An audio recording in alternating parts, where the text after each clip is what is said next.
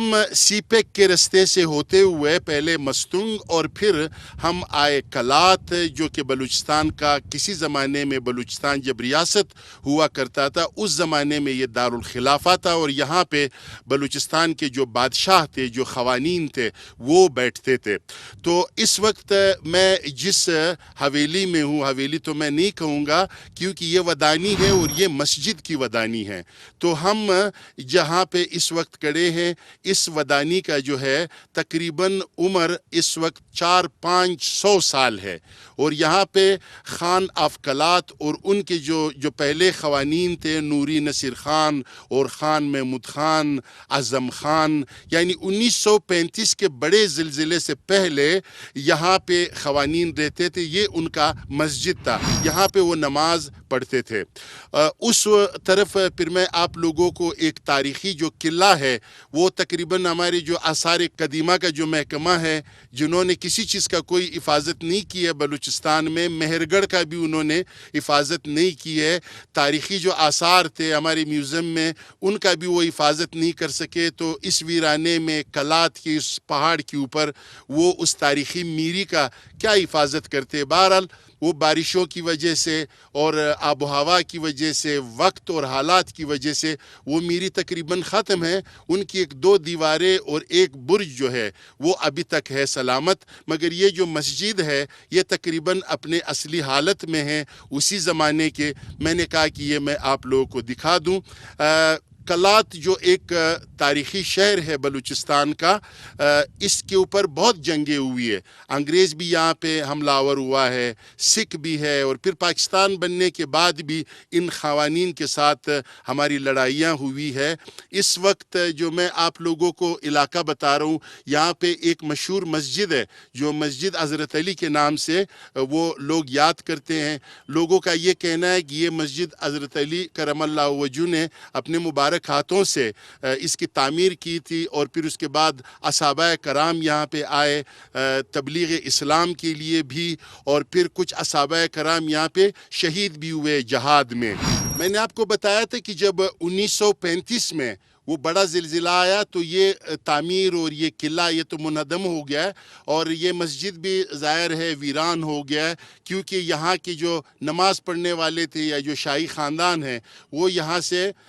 منتقل ہو گیا ہے۔ شہر کے درمیان میں جو میں نے محل، شاہی محل آپ کو دکھایا تھا، پھر انہوں نے وہ جو تاریخی مسجد میں نے دکھایا آپ کو، وہ انہوں نے وہاں پہ تعمیر کر دیا ہے۔ تو آئیے میں آپ لوگوں کو بتانا چاہ رہا ہوں کہ یہ جو مسجد ہے یہ چھوٹی چھوٹی اینٹوں سے انہوں نے تعمیر کی ہے، اور وہ اینٹ پکی نہیں ہے بلکہ وہ گارے کے بنے ہوئے۔ میں آپ کو دکھانا چاہ رہا ہوں اس مسجد کا اندرونی جو حصہ ہے، تو میرا کیمرہ آئے گا اور آپ لوگوں کو میں دکھاؤں گا، آئیے میرے ساتھ۔ یہ جو جگہ میں آپ کو اس وقت دکھا رہا ہوں یہ محراب ہے مسجد میں، جو یہاں پہ مولوی صاحب کھڑے ہوتے ہیں، پیش امام جو نماز پڑھاتے ہیں،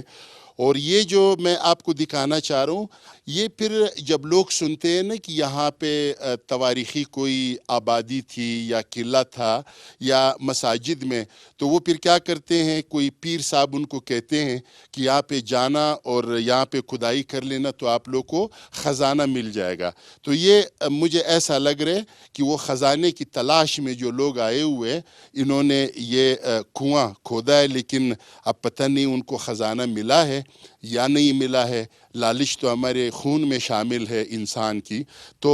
یہ ہم مسجد کے بارے میں جہانگیر صاحب کے ہاتھ میں جو اس وقت اینٹیں ہیں وہ آپ کو دکھا دیں گے کہ یہ اس زمانے کی کچی اینٹیں ہیں، لیکن عجیب بات ہے کہ ہمارے جو ٹھیکیداروں کے بڑے بڑے تعمیرات ہیں وہ تو منہدم ہو گئے، لیکن یہ جو تعمیر ہے ابھی تک اپنے پیروں پہ زندہ سلامت ہے، آپ دیکھ رہے۔ حالانکہ 1935 کا زلزلہ بھی انہوں نے دیکھا ہے، لیکن وہ اپنے حالت میں ماشاءاللہ۔ یہ اس زمانے کا کنسٹرکشن ہے، جو گارے سے بنی ہوئی اینٹیں ہیں، یہ آپ دیکھ سکتے ہو۔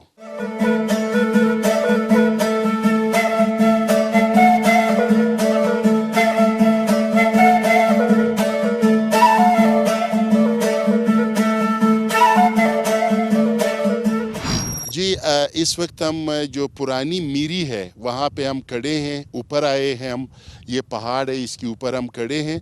میں آپ کو یہ بتاتا چلوں، آپ جب تاریخ میں دیکھیں گے تو جتنے بڑے شاہی قلعے ہیں وہ بناتے تھے پہاڑ کے اوپر۔ ایک تو پہاڑ سے وہ واچ کرتے تھے، سارا علاقہ ان کے نیچے ہوتا تھا، وہ اس پہ نظر رکھ سکتے تھے۔ پھر اگر قلعے پہ کوئی حملہ کرتا تھا، حملہ آور ہوتا تھا، تو جو آپ اوپر پہاڑ پہ ہو تو نیچے سارے جو دشمن ہیں وہ آپ کو نظر آتے ہیں اور آپ اس پہ آسانی سے وار کر سکتے ہو۔ وہاں پہ اس زمانے میں توپوں کی لڑائی یا وہ جو بارود والے بندوق ہوتے تھے وہ لڑائی ہوتی تھی۔ تو یہ جو میں نے آپ کو منظر پیننگ میں دکھایا کیمرے سے، یہاں پہ ایک بازار ہوا کرتا تھا اور یہ بازار سارے ہندوؤں کے ہاتھ میں ہوتا تھا، دکاندار سارے ہندو تھے۔ اب بھی جو میں نے آپ کو کلات شہر بتایا، تقریباً کوئی 98% یہاں پہ ہندو ہے۔ اب مسلمانوں نے بھی کاروبار میں اپنا حصہ لیا ہے، اور یہ اس وقت سے جو پچھلے دنوں میں یہاں کلات میں حالات خراب ہو گئے تھے تو کافی ہندو کلات چھوڑ کے چلے گئے، وطن سے فرار ہو گئے، لیکن اب بھی کافی تعداد میں ہندو یہاں پہ بستے ہیں اور وہ کاروباری ہے۔ دوستوں، یہ جو مینار میں نے آپ کو بتایا، یہ حضرت علی کرم اللہ وجہ مسجد ہے، جس کے بارے میں نے بتایا۔ یہاں کے لوگ کہہ رہے ہیں کہ یہ حضرت علی کرم اللہ وجہ کے دست مبارک سے اس مسجد کا ابتدا ہوا تھا، انہوں نے اس کو تعمیر کی تھی۔ پھر اس کے بعد بہت سارے صحابہ کرام وہ تبلیغ اسلام کے لیے بھی آ گئے تھے، اور سنا ہے یہاں پہ کوئی غزوہ بھی ہو گیا اور اس میں وہ شہید ہو گئے۔